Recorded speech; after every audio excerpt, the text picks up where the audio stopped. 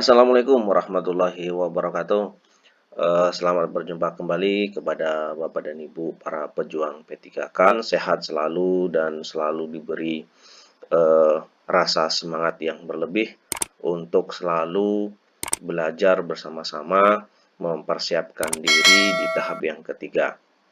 Eh, Mudah-mudahan di tahap yang ketiga besok kita semua bisa menyandang guru P3K dan NIP yang akan kita sandang. Dan sebelumnya pada kali ini kita akan membahas mengenai tentang soal-soal yang mungkin akan dipelajari dan di luar prediksi kita, yang mana biasanya soal-soal yang seperti ini bisa memberikan kepada diri kita menjadi batu sandungan untuk kita lolos di tahap yang ketiga. Namun sebelumnya, kami mohon maaf kepada Bapak dan Ibu jikalau nanti dalam pembahasan ataupun dalam menjawab masih kurang berkenan di hati Bapak dan Ibu. Kami mohon maaf dan mari kita koreksi secara bersama-sama. Kemudian juga kepada Bapak dan Ibu selalu bersemangat dalam belajar mempersiapkan diri untuk tahap yang ketiga. Baik, pada kesempatan kali ini juga kita akan mempelajari mengenai tentang manajerial dan sosiokultural, yang mana biasanya soal-soal ini di luar prediksi yang kita harapkan. Baik, langsung saja untuk kesempatan kali ini. Untuk nomor pertama yang akan kita bahas yaitu bentuk tanggung jawab guru terhadap hasil evaluasi belajar murid adalah: A. Menyampaikan rapor kepada wali murid. B. Memotivasi murid untuk meningkatkan prestasinya. C. Mendokumentasikan nilai ujian ke buku induk. D. Memberikan apresiasi terhadap murid berprestasi. Nah, kata kuncinya di sini adalah tanggung jawab guru terhadap hasil evaluasi belajar murid. Ya, kemudian bisa jadi soal yang seperti ini mempunyai poin yang 4, poin yang sangat tinggi Bapak dan Ibu. Sehingga kita bisa simpulkan untuk jawaban nomor 2. Bentuk tanggung jawab guru terhadap hasil evaluasi belajar murid adalah menyampaikan rapor kepada wali murid sebagai bahan laporan kegiatan selama 1 semester dari hasil belajar siswa kepada wali murid. Lanjut ke soal berikutnya. Agar peserta didik memiliki tingkat kepercayaan yang tinggi terhadap guru, maka sikap yang dapat dilakukan oleh guru adalah: A. Berjanji memberikan reward bagi murid yang aktif. B. Memberikan penilaian secara adil ke semua murid. C. Menyampaikan hasil ulangan ke semua murid. D. Menegur murid untuk tidak disiplin. Di sini kata kuncinya yaitu peserta didik memiliki tingkat kepercayaan yang tinggi terhadap guru. Sehingga kita bisa simpulkan untuk nomor 3 ini, dan juga nomor 3 ini bisa menjadi poin yang keempat juga, walaupun mempunyai nilai yang tinggi yaitu nilai 4. Kira-kira jawabannya adalah B. Memberikan penilaian secara adil ke semua murid. Lanjut, nomor 4. Sikap kejujuran seorang guru ditujukan oleh sikap: A. Tegas menentukan jenis hukuman bagi murid yang melanggar tata tertib. B. Merevisi materi yang kurang dari pertemuan sebelumnya. C. Tidak emosional dan objektif dalam memandang persoalan murid. D. Menunjukkan sikap religius pada jam pelajaran agama. Nah, kata kuncinya adalah kejujuran seorang guru. Dan bisa kita simpulkan untuk nomor 4 jawabannya adalah merevisi materi yang kurang dari pertemuan sebelumnya. Karena sikap kejujuran seorang guru ditunjukkan oleh sikap merevisi materi yang kurang pada pertemuan-pertemuan sebelumnya. Lanjut. Saya adalah seorang guru berintegritas karena A. Konsisten antara tindakan dan norma serta nilai yang diyakini. B. Bekerja sesuai prinsip-prinsip pendidikan. C. Satunya kata dan perbuatan dalam keseharian. D. Hidup sejalan dengan agama yang dianut. Kata kuncinya adalah seorang guru yang berintegritas.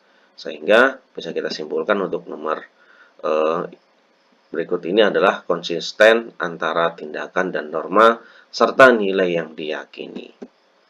Lanjut untuk nomor 6. Pada masa pengenalan lingkungan sekolah atau MPLS, pihak kepolisian setempat mengadakan sosialisasi mengenai tata tertib berlalu lintas kepada murid. Tindakan kepolisian tersebut menurut Anda: A. Mendorong murid untuk berperilaku tertentu. B. Sistem untuk menerbitkan perilaku murid dalam berkendara. C. Pedoman tingkah laku murid dalam masyarakat. D. Alat pemersatu murid-murid baru. E. Alat solidaritas bagi murid baru. Dan kita lihat kata kuncinya adalah masa pengenalan lingkungan sekolah atau MPLS mengenai tentang sosialisasi tata tertib berlalu lintas. Sehingga kita bisa simpulkan untuk jawaban nomor 6 adalah sistem untuk menertibkan perilaku murid dalam berkendara. Karena yang berlaku di sini adalah kepolisian setempat mengenai tentang tata tertib lalu lintas. Lanjut, nomor berikutnya. Berikut adalah penggalan teks. Siapa yang mengisi bensin? Siapa yang mengisi bensin? Pak Jaksa, Pak. Itulah sedikit perdebatan antara Badrudin Lopa, mantan Jaksa Agung dan Menteri Kehakiman, dan sopirnya ketika melakukan kunjungan kerja di Sulawesi Selatan. Beliau tahu bahwa bensin mobil dinasnya tinggal sedikit. Ceritanya, ketika akan pulang, beliau mendapati jarum penunjuk bahan bakarnya berada di atas. Artinya, ada yang mengisi bensin mobil dinasnya. Tak kalah sopirnya menyebut nama seseorang pejabat di Kejaksaan Negeri yang baru saja didatangi, sontak Baharudin Lopa naik pitam. Disuruhnya, sang sopir kembali ke kantor kejaksaan yang sudah lama mereka tinggalkan. Jaksa yang memberi bensin diperintahkan untuk menyedot kembali bensin yang dimasukkannya, persis sejumlah yang dia masukkan. Baginya, uang jalan yang didapatnya harus dipergunakan sesuai dengan kebutuhan, sesuai peruntukannya. Ya. Kemudian, sosok konsisten dengan apa yang dikatakan dan yang dilakukan berdasarkan teks di atas, maka sikap integritas yang dapat kita contoh dari sosok Baharudin Lopa adalah seperti di bawah ini, kecuali. Ingat ya Bapak Ibu, kecuali. Sosok konsisten dengan apa yang dilakukan, dikatakan, dan yang dilakukan. B. Berani menegur perbuatan yang tidak jujur. C. Patuh pada peraturan yang ada. D. Memanfaatkan dana perjalanan dinas dengan semestinya. Kata kuncinya adalah sikap integritas dari sosok Bapak Baharudin Lopa. Nah, jangan lupa Bapak Ibu, ada kecuali. Jadi kita bisa simpulkan untuk jawaban kali ini adalah berani menegur perbuatan yang tidak jujur. Lanjut. Setiap guru menginginkan muridnya menjadi pribadi yang baik. Oleh karena itu, jenjang sekolah dasar diajari berperilaku baik. Misalnya tidak boleh berbohong, maka guru dapat mengajarkan nilai sosial tersebut dalam bentuk A. Bentuk aturan sosial.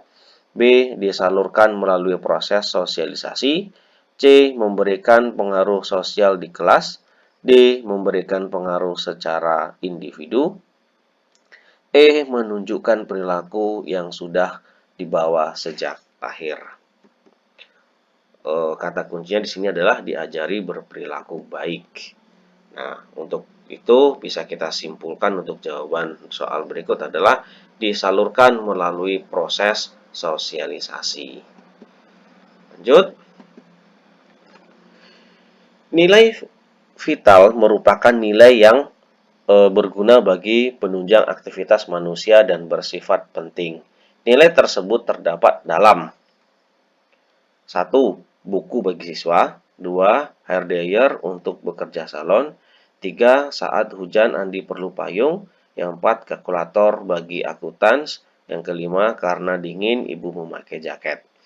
Pernyataan di atas yang menunjukkan nilai vital yakni terdapat pada nomor A. Alat tulis bagi siswa, B. Buku ajar bagi guru, C. Payung agar tidak kehujanan saat ke sekolah, D. Kalkulator bagi murid jurusan akuntansi, E. Jaket alma mater sebagai identitas sekolah. Nah, kata kuncinya adalah nilai vital merupakan nilai yang berguna. Sehingga bisa kita simpulkan untuk jawaban nomor berikut adalah alat tulis bagi siswa, karena nilai vital merupakan nilai yang berguna bagi penunjang aktivitas manusia bersifat penting. Dulunya Bapak dan Ibu, semoga sukses. Assalamualaikum warahmatullahi wabarakatuh.